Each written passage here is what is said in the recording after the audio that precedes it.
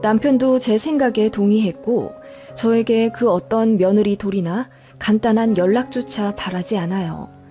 그 정도로 시어머니의 행동에 경악할 만큼 질린 상태입니다.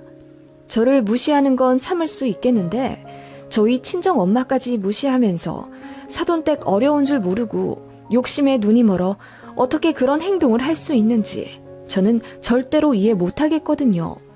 이해하고 싶지도 않고요. 동네 창피하고 수치스러워 말하지 않았던 이야기이지만 익명의 힘을 빌어 여기에 한번 사연을 보내봅니다. 저는 사실 친아버지에 대한 기억이 별로 없어요. 왜냐하면 저희 엄마가 남동생을 임신하셨을 때 아빠가 집을 나가셨거든요. 엄마는 그냥 아빠가 중동에 일하러 가셨다고 말씀하셨지만 아주 나중에 동네 아줌마들에게 얘기를 듣게 되었어요. 아빠가 같은 동네에 미용실 하는 여자와 바람이 나서 타 지역에 딴 살림을 차렸다더군요. 가십거리를 좋아하는 동네 아줌마들 덕분에 저와 제 동생은 아빠에 대한 그리움조차 산산조각이 나버리며 그 깨진 파편에 가슴에 큰 상처를 받게 되었습니다. 엄마는 그나마 머리가 큰 저에게 사실대로 모든 걸 털어놓으시며 남동생이 뱃속에 생기자마자 아빠가 바람이 나셨고 엄마는 임신한 몸으로 아빠를 어떻게든 설득해 가정으로 되돌려 보고자 했지만 결국 안 되었다며 미안하다고 울면서 사과하셨어요. 죽을 듯이 고생하며 홀로 저희 키워온 엄마가 왜 사과를 해야 하는지 어린 맘에 이해가 안 가서 저도 답답했던 기억이 납니다. 엄마는 그렇게 홀로 제 남동생을 낳고 어리디 어린 저까지 씩씩하게 키워내며 꿋꿋하게 사셨습니다. 저희가 말을 안 들어 힘드실 텐데도 그 흔한 회초리질 한 번 안 하시고 말로만 설득해 저희를 훈육하셨어요. 그리고 어려운 가게 상황일 텐데도 저희가 먹고 싶다고 하는 건 거의 다 사주셨고 냉장고에도 간식거리, 과일들이 늘 가득 차 있었습니다. 엄마는 저희가 너무 어려서 오래 일하지도 못하셨고 주로 저희가 잠든 밤에만 부업으로 견과류 손질을 하거나 오징어 같은 걸 찢는 걸 하셨는데 생각해보면 저희는 딱히 모자라지 않게 살아왔던 것 같아요. 나중에 알고 보니 할머니께서 다달이 돈을 보내주셨다고 하더라고요. 외가가 아니라 친가, 그러니까 엄마의 시댁이죠. 아들이 바람나 조강지쳐 버리고 생떼 같은 애들까지 내팽개쳐가며 딴 살림을 차리니 할머니도 오죽 답답하시겠어요. 할머니는 며느리인 저희 엄마를 꽤나 예뻐하셨다고 합니다. 그런데 아들이 그 지경이니 너무 미안해서 다달이 돈이라도 보내주셨다더군요. 가끔 저희 집에 찾아오실 때도 항상 눈물 젖은 얼굴로 저희에게 미안하다는 사과만 반복하시다가 가신 게 기억이 나요. 엄마는 시어머니가 미울 법도 한데 늘 정성껏 대접하며 살뜰히 챙겨드렸고요. 어린 제가 보기에도 엄마와 할머니는 꽤나 애틋해 보였습니다. 여느 고부관계 같지 않았고요. 나중에 알고 보니 할머니가 꽤나 돈이 많으시다더군요. 아주 예전부터 몇 대째 큰 시장에서 원단 장사를 하셔선 갖고 계신 현금도 많으신 알부자라며 그래서 자기 아들이 벌인 가정을 할머니께서 손수 거둬 다달이 돈도 보내주시고 챙겨주셨나 봅니다.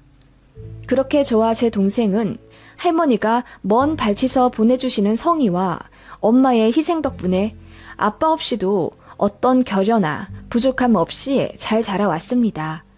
간혹 질 나쁜 친구들이 아빠가 바람나 버린 애들이라며 놀릴 때 큰 타격이 없을 만큼 저와 제 동생은 마음이 단단하게 자라났어요. 엄마는 그렇게 씩씩하게 자란 저희에게 너무나 고마워했고 저랑 동생은 그 몇 배로 엄마에게 감사해야 하는 마음을 가지며 누구보다 똘똘 뭉치는 가족이 되었습니다. 그러던 와중 청천벽력 같은 소식이 들려온 거죠. 제가 중학교 입학을 앞두고 있던 어느 날 아빠가 돌아가셨다는 부고를 듣게 되었어요. 아빠가 딴 살림 차렸던 그 여자가 다른 남자와 바람이 났다더군요. 그래서 그 치정에 얽혀서 매일같이 싸우고 술 먹고 그런 생활을 하다가 몸싸움 과정에서 사고로 한순간에 돌아가셨다고 하더라고요. 엄마는 차분한 목소리로 저희에게 너희들 낳아주신 아빠가 돌아가셨다. 너희는 기억이 안 나겠지만 그래도 엄마한테는 너희 같은 소중한 선물을 준 고마우신 분이야. 옷 챙겨서 상갓집에 갈 거다. 거기서 어른들께 깍듯이 인사하고 아빠한테도 우리 이렇게 잘 컸다고 인사하러 가자.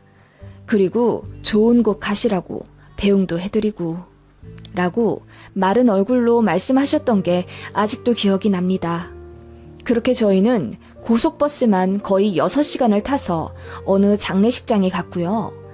거기서 너무나도 오랜만에, 아니 거의 처음으로 아버지와 대면했습니다. 비록 아버지는 이미 돌아가신 후라 사진으로밖에 볼 수 없었지만요. 상갓집에는 그 상갓녀 관련 사람들은 한 사람도 안 왔더군요. 아무래도 좋지 않게 돌아가시다 보니 친가 쪽 사람들만 몇 명 모여서 한산한 분위기였던 게 기억나요. 친가 어르신분들은 아빠 없이 잘 큰 저희가 대견하다며 연신 눈물을 훔치셨고 엄마를 위로하고 안아주기 바쁘셨죠. 엄마는 그렇게 장례 3일 동안 단 한 번도 울지 않고 꿋꿋하게 상을 치르셨어요. 장지까지 끝내고 돌아오는 버스 안에서도 엄마는 텅 빈 눈빛으로 창밖만 바라보셨던 기억이 납니다. 얼굴조차 기억 안 나지만 어쨌든 세상에 더는 내 아빠가 없다는 사실은 꽤나 큰 충격이었습니다. 그래도 엄마의 자상한 보살핌으로 바로 일상생활로 돌아갔고 저희는 그렇게 꿋꿋하게 열심히 그리고 누구보다 서로를 아끼며 살아왔어요. 엄마는 아빠가 돌아가신 이후로 더는 할머니한테 돈을 받지 않겠다고 선언하시고 바로 공장에 취직하셨습니다. 저와 동생은 공부도 꽤나 잘해서 학교에서 적어도 전교 10등 안엔 꼬박 들었고 각각 명문대에 들어가 교환학생까지 하며 남부럽지 않은 학창시절을 보냈어요. 물론 중간중간 과외로 학비는 벌어야 했지만 엄마가 고생하신 것에 비하면 아무것도 아니었죠. 제가 더 벌면 동생을 주고 동생이 많이 벌면 저를 주기도 하면서 사이좋게 서울에서 대학 다녔습니다. 그러다가 저는 꽤 좋은 대기업 개발팀에 들어갔고 남동생은 공부 더 하고 싶다며 전문대학원에 진학한 후 지금은 전문직 고연봉자입니다. 남들처럼, 아니 어떻게 보면 남들보다 더 잘 풀린 저희 남매였어요. 당연히 선이며 소개팅이며 많이도 들어왔죠. 저는 어쩐지 결혼하기 싫더라고요. 저희 엄마의 실패한 결혼을 피부로 체감했잖아요. 그래서인지 연애고 남자고 뭐고 사실 20대부터 딱히 관심이 안 가더라고요. 그러다가 30대 초반에 어떤 남자를 만나게 되었죠. 같은 계열사 사람이고 회식하다가 친해졌는데 성격이 서글서글하니 좋아서 금세 친해졌어요. 만나다 보니 더 좋아지더라고요. 가볍지 않고 진중해 보이는 성격에 절대 사람을 배신할 것 같진 않았습니다. 어쩐지 그런 모습에 본능적으로 호감이 느껴졌고 연애 감정이 커져서 결국 사귀게 되었어요. 그렇게 1년 반쯤 교제하다가 결혼 얘기까지 나와 일사천리로 진행하게 되었습니다. 그게 지금의 제 남편이고요. 남편 쪽에서 처음부터 결혼을 빠르게 밀어붙였어요. 그도 그럴 것이 남편은 저보다 5살이 많았고 남편이 장남인데 남동생도 결혼할 여자가 있다더군요. 보수적인 본인 집안에서는 그래도 순서를 지켜야 한다고 남동생 결혼을 지체시키고 있었고 그 와중에 남편이 저를 만나니 잘됐다 싶어 빨리 결혼시키자 서두르게 된 거죠. 저에게 한없이 젠틀하고 상냥했던 시부모님이었고 상견례도 아무 일 없이 서로 배려해주며 좋은 분위기로 잘 마쳤어요.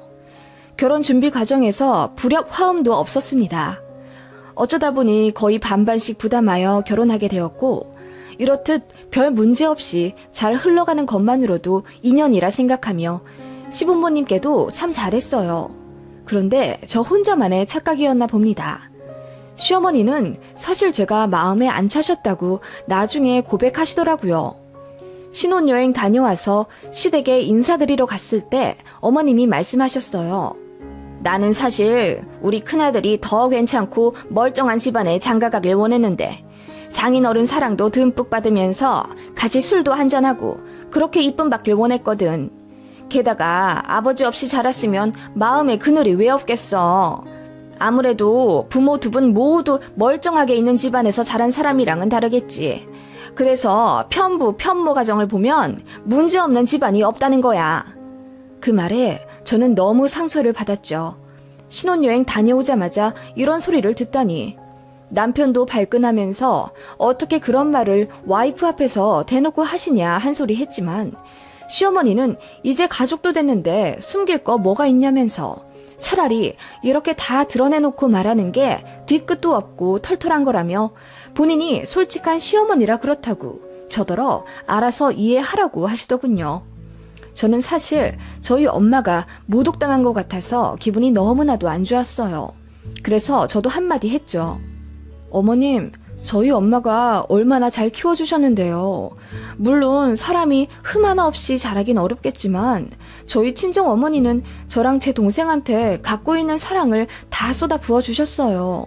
저는 그런 어머니 밑에서 자란 게 자랑스럽고요. 편모 가정에 대해 편견이 있는 사회란 건 알지만 어머님도 저를 가족으로 받아들이신 만큼 조금 열린 마음으로 보셨으면 해요. 어머님께서 그렇게 생각하실 줄은 전 정말 몰랐네요. 결혼 전에 일러주시지 그러셨어요. 라고 했더니 입을 삐쭉 내미시며 큰아들이 저 아니면 결혼 안 하겠다고 버틴다는데 작은 아들 생각해서라도 빨리 진행시켰어야 했다고 끝까지 저 마음에 안 드신 티를 팍팍 내시더군요. 그 바람에 시댁에서 어정쩡하게 앉아있다가 남편이 서둘러 급하게 신혼집으로 돌아왔습니다. 돌아오는 차 안에서 펑펑 울었던 기억이 나네요. 남편은 본인이 대신 사과하겠다고는 했지만 그건 어디까지나 남편의 사과일 뿐이지 전혀 위로가 되지 않았죠. 그리고 몇 달 뒤 해가 바뀌자마자 도련님이 기다렸다는 듯 결혼을 하셨어요. 동서는 양가 부모님이 모두 교육자 출신이신 집안 사람이었는데 시어머니가 너무너무 좋아하시더라고요. 이제야 멀쩡한 집 며느리가 들어왔다며 저를 대놓고 저격하며 모욕 주시더군요. 시어머님은 그때부터 대놓고 저를 차별하기 시작하셨어요. 명절에 같이 모여 음식을 하고 있으면 무조건 저는 못한다, 동서는 잘한다 칭찬하시더군요. 이를테면 제사상에 올릴 대추를 손질하고 있는데 어머님이 키친타올에 물을 묻혀 닦으라고 하시더군요. 그래서 어머님 말씀대로 하고 있는데 동서는 키친타올이 비위생적이라며 가제수건을 찾아 그걸로 닦더라고요. 그랬더니 어머님이 그래, 역시 둘째 며느리가 잘 배워와서 잘하는구나. 그래, 입에 넣을 음식인데 키친타올로 하면 안 되지. 큰애야, 넌 뭐하고 있니? 너도 가제수건 빨리 찾아와라. 영 굶 떠가지고 그게 뭐니? 하시며 어머님 말씀대로 한 저를 구박하시더군요. 그래서 저도 가제수건으로 대추를 닦고 있으면 또 지그시 제가 하는 걸 바라보시다가 아니 그게 뭐니? 네 아랫동서처럼 제대로 좀 해. 너는 왜 하는 것마다 그렇게 어설프니? 반쪽짜리처럼? 이러시더군요. 더 웃긴 건 동서가 가제수건이 더러워지니 이제 키친타올로 닦아야겠다며 말을 바꾸니 시모는 속 없는 사람처럼 그래 그래 하며 키친타올을 갖다 주시더라고요. 정말 황당하고 서럽고 아무튼 결혼 초반 그렇게 시모에게 개무시 당했던 거 생각만 하면 아직도 이가 갈립니다. 시모가 그렇게 대놓고 저를 차별하며 구박하시는 동안 시부는 완전히 방관하셨어요. 여자들 하는 일에 신경 쓰고 싶지 않다며 시모가 부엌에서 잡음을 내도 아무 말씀 안 하시며 시어른들과 장기만 두시던 시아버지였습니다. 시모는 남편이 저희랑 같은 공간에 있으면 무조건 제 편을 들 걸 알기 때문에 일부러 심부름을 시키며 집 밖에 내보내곤 하셨어요. 그렇게 결혼 초반 저는 시댁에서 철저히 외톨이였고 왕따였습니다. 손윗 동서인 제가 시모에게 그런 취급을 받으니 동서도 저를 무시하더라고요. 저보다 나이도 훨씬 어린데다 아랫동서인데도 불구하고 자기 혼자 슬그머니 말을 놓는가 하면 은근히 저에게 심부름을 시키려고 시동을 걸더라고요. 차에 뭘 두고 왔는데 좀 갖다 달라거나 목이 마른데 포도주스 좀 사다 줄 수 있냐는 둥. 처음엔 그게 뭐 별건가 해서 몇 번 해줬는데 알고 보니 저를 얕보고 일부러 그런 거더라고요. 그래서 아랫동서랑도 사이가 안 좋아졌어요. 제가 싫다고 딱 거절하니 동서가 시모에게 이르더군요. 시모는 동서 편을 들면서 나이도 많은 손윗동서가 볼품없고 너그럽지 못하게 왜 그러냐며 저를 타이르시더군요. 그런 일들을 몇 번 겪으니 너무 진절머리 나게 싫었고 결국 남편도 모든 걸 알게 되어서 시댁을 들어 엎은 적이 있어요. 그게 결혼 후 3년 정도 되었을 쯤이네요. 남편도 그런 거에 신경 쓰는 거 딱 질색하는 편이라서 그냥 저더러 시댁에 가지 말자고 하더군요. 그런 면엔 또 쿨해서 앞으로 저더러 시부모님 안 보고 살아도 된다고 자기가 다 막아주겠다고 하더군요. 저도 시댁에 숙여 들어가기 싫고 시어머니도 바뀔 만한 사람이 아니니까 남편이 일찌감치 모든 걸 파악하고